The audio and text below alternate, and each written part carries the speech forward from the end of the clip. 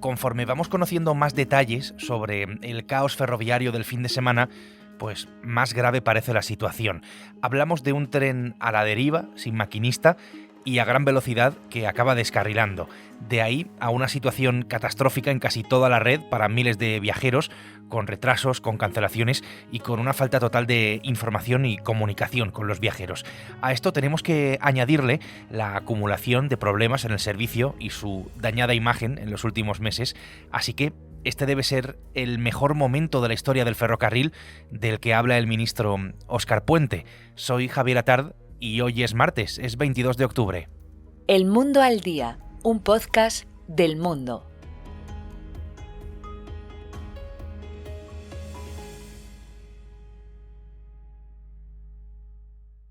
La información sobre las circunstancias de ese descarrilamiento de ese tren en Madrid, en el famoso túnel entre las estaciones de Atocha y Chamartín, sale de unos audios de WhatsApp enviados por un trabajador del centro de control de Adif. O sea, no ha descarrilado el tren entero, ha descarrilado la unidad de cola, porque se ha puesto a la deriva y ha ido a la deriva todo el túnel. Y decían que iba toda hostia. Encima hay una pendiente del 30%. Entonces la unidad esa que iba a la deriva ha ido a la deriva todo el túnel hasta Jardín Botánico, y en Jardín Botánico había un tren con viajeros esperando, parado. Entonces iba a estampar el que iba a la deriva con el tren de viajeros. Y lo que han hecho es mover las agujas de Jardín Botánico a desviada. Hola César. Hola Javier, ¿qué tal? César Urrutia es redactor de la sección de Economía y está especializado en transporte. César, es importante que hablemos de esto porque es la clave de todo lo demás.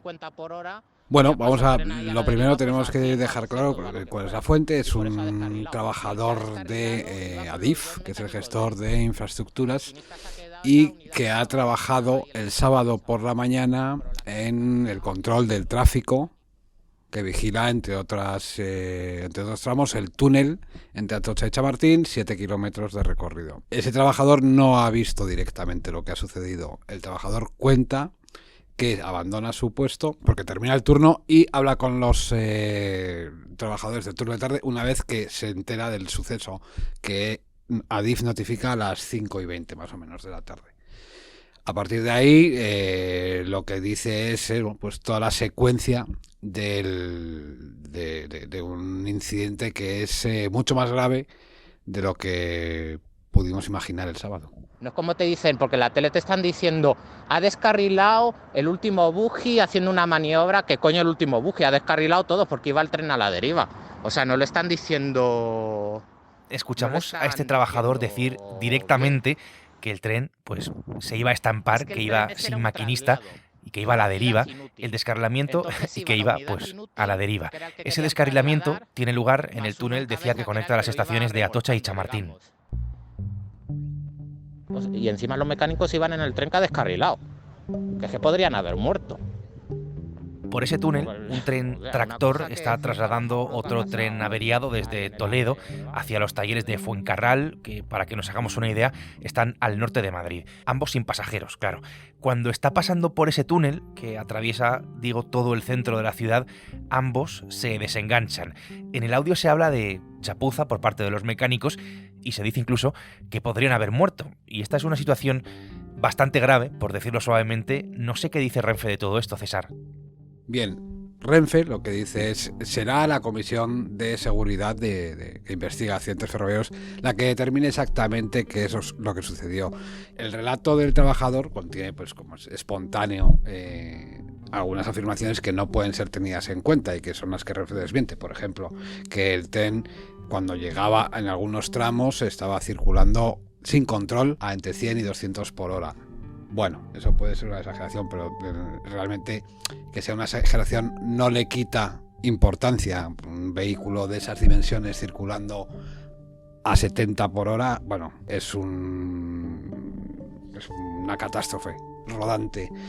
En resumen, lo que da es la explicación muy gráfica de lo que sucedió, que es, se desenganchó el tren, y recorrió prácticamente la totalidad del recorrido. Este hecho me lo han confirmado otras fuentes, sin control y sin frenos. A bordo iban 2 mecánicos de la empresa Alstom, del fabricante de trenes Alstom, que bueno, pues podían haber sufrido graves heridas y bueno, salieron ilesos.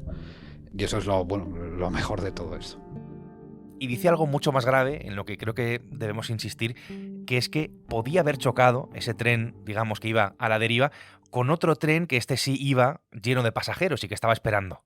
Sí, el trabajador dice que el tren sin control está bajando por el túnel y que al fondo, a la altura del jardín botánico, hay ya un tren de pasajeros.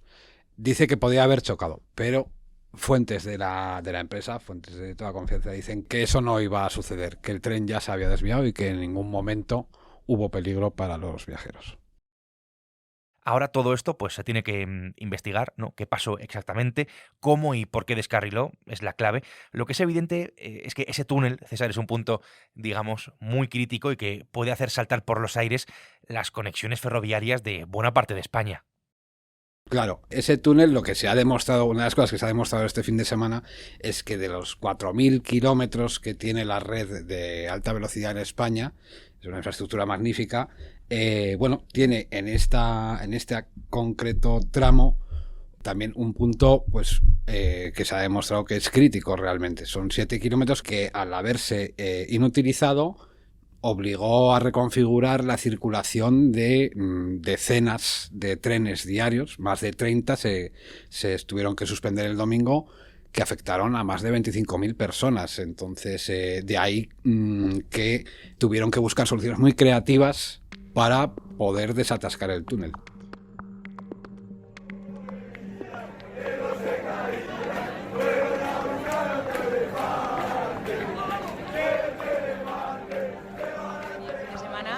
Y nada, y esta mañana me he enterado por la prensa que se ha cancelado que mi billete de avión mi billete de tren estaba cancelado y no me ha llegado ningún avisado por SMS o por correo, nada. No me ha llegado ningún mensaje de Renfe ni nada, me he enterado por la prensa únicamente y he visto mi listado de mi billete de tren. En las estaciones, pues las imágenes las hemos visto en los últimos días.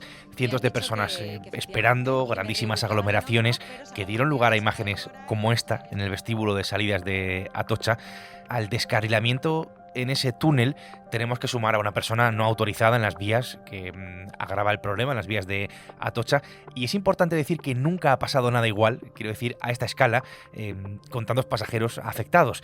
El problema, insisto, afectó directa y especialmente al tráfico de AVE de alta velocidad que comunica Madrid con el este de España, con Valencia, con Alicante y con Murcia, pero no solo. Hemos asistido a todo tipo de cancelaciones, a retrasos, a una falta total de comunicación y de información, en definitiva, César, a un absoluto caos.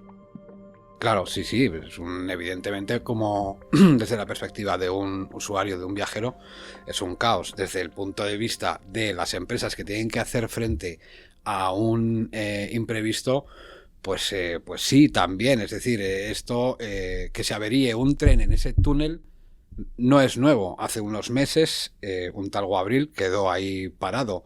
El asunto es cómo abordas esta situación, y eso era lo complicado. Pero desde el punto de vista de los usuarios, desde luego que fue un caos.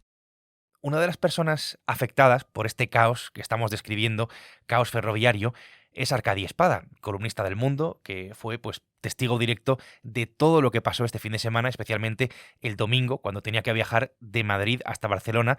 Le he pedido que me cuente su experiencia. Hola Javier, ¿cómo estás? Bueno, tenía la obligación de viajar de Madrid a Barcelona el domingo, el tren de las 7 de la tarde, el AVE de las 7 de la tarde, que tarda en llegar a Barcelona 2 horas y media. Bueno, a las 7 de la tarde, por supuesto, no estaba ni la vía anunciada ni nada, y tardaron alrededor de 20 minutos o media hora en empezar a dar la primera información, que era decir, pues ya les diremos cuando el tren salga, etcétera, etcétera. Cuando pasó esto, al cabo de una hora más o menos, nos dejaron pasar y nos acomodamos en el tren. Y ahí ya fue completamente surrealista, porque nos acomodamos en el tren, uno piensa que en 10 minutos el tren va a arrancar, no arrancó, nadie informó de nada, y al cabo de otra hora aproximadamente salió un señor con una voz de ultratumba diciendo que un enclavamiento en las vías, en fin, nos impedía salir hacia Barcelona y que esperaban resolverlo en un tiempo indeterminado. Total, yo tenía que haber llegado a las 9:30 a Barcelona y llegué a las 12 de la noche. Mire, accidentes pueden haber en cualquier sitio y hemos de ser comprensivos y no perder los nervios. Una situación inesperada y todo eso. Pero bueno, yo soy un usuario muy, muy, muy frecuente del AVE y tengo que decir dos cosas. La primera, no puede ser que uno disponga de unos canales de información aparentemente sofisticados y en la misma app que yo estaba consultando durante todo el día, ese tren donde yo tardé 5 horas en llegar a Barcelona, según el app, había cumplido su trayecto en el horario previsto. Eso es lo primero, o sea, el tren puede descarrilar, la información no. En segundo lugar, el AVE ya no es lo que era, como España ya no es lo que era. O sea, el AVE siempre había sido un símbolo de la prosperidad, de la eficacia y de la sorpresa española, porque en España lo que nunca había funcionado bien era Renfe. Bien, a partir de ese momento, del año 92, que se inauguró tal, uno podía llegar a los lugares puntualmente. Esto hace mucho tiempo que ya no pasa. Lo voy a reiterar por cuarta vez. Sí, el ferrocarril vive en España el mejor momento de su historia. Y sí, vive el mejor momento de su historia. Lo que ha contado Arcadi, pues me lleva directamente a Óscar Puente, que es el ministro de Transportes y de Movilidad Sostenible, que es como se llama este ministerio, antes conocido como Fomento. Un ministerio, por cierto, que estuvo liderado en los primeros años de gobierno de Pedro Sánchez por ese tándem Ábalos-Koldo, José Luis Ábalos y su mano derecha, su hombre para todo, Koldo. La semana pasada, el actual ministro, Óscar Puente, se jactó de que el ferrocarril vive el mejor momento de su historia. Así. Lo cierto es que en los últimos tiempos asistimos a una acumulación de problemas, es evidente, y la imagen del servicio pues está bastante dañada, a lo que tenemos que añadir, por supuesto, el caos del fin de semana y lo que lo provocó. Esta realidad, César, pone en duda de alguna manera esa afirmación de Óscar Puente y señala también de alguna manera al ministro, que por otra parte pues hace gala de un exceso de triunfalismo, creo. Sí, yo creo que es una afirmación que desde luego, a la luz de los incidentes que está viviendo el ferrocarril en el último verano, en cierto modo es voluntarista, que quiere demostrar que vale, pues es que tenemos una red de alta velocidad que es magnífica, tenemos una liberalización que ha traído competencia, ha bajado los precios, ha subido mucha más gente al tren. Todo muy positivo, no solamente por parte de este gobierno, sino de todos los que lo han hecho antes también para llegar hasta aquí. Pero en el presente, claro, es muy difícil decir eso a la luz de todo lo que está sucediendo. Yo entiendo que hay complicaciones, es decir, más volumen de tráfico, más personas, cualquier incidente tiene más repercusión. Pero no se puede tampoco obviar que toda esta mayor actividad está generando en el gestor de infraestructuras, ADIF, unos problemas mucho mayores. ¿Que es difícil compatibilizar las obras que está haciendo con el tráfico que tiene? Claro, pero eso no nos puede llegar a ser a una indulgencia y a un triunfalismo de estamos en el mejor momento que podemos estar, como es el que dice manifiesta el ministro Puente. Porque justo por esto que dices, César, tú que conoces además bastante bien este sector, ¿cuáles son para ti, digamos, los principales problemas a los que se enfrenta, a los que se está enfrentando en este momento el tren en España, que, por recordarlo, tiene la segunda mayor red de alta velocidad de todo el mundo? El principal problema que se está viendo es cómo conciliar ese crecimiento de actividad en las estaciones, en el número de trenes que circulan, en el número de pasajeros que se suben a los trenes, con el funcionamiento de la red y la gestión, sobre todo, de este tipo de averías, que el gobierno lo ha resumido en una frase que me parece un mal resumen, que es esto no es normal, porque da pie a personas que piensan que aquí ha habido algo más que una incidencia ferroviaria.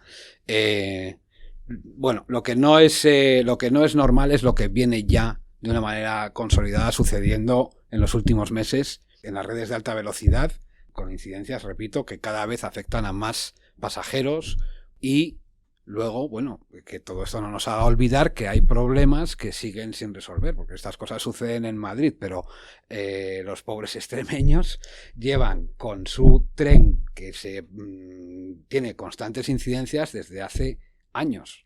Sí, porque es verdad que ponemos el foco en Madrid, pero es cierto que este que dices, el de Extremadura, pues es otro caso flagrante al que podemos añadir y en el que no hemos entrado hoy. También es un problema bastante gordo, que es el de los cercanías.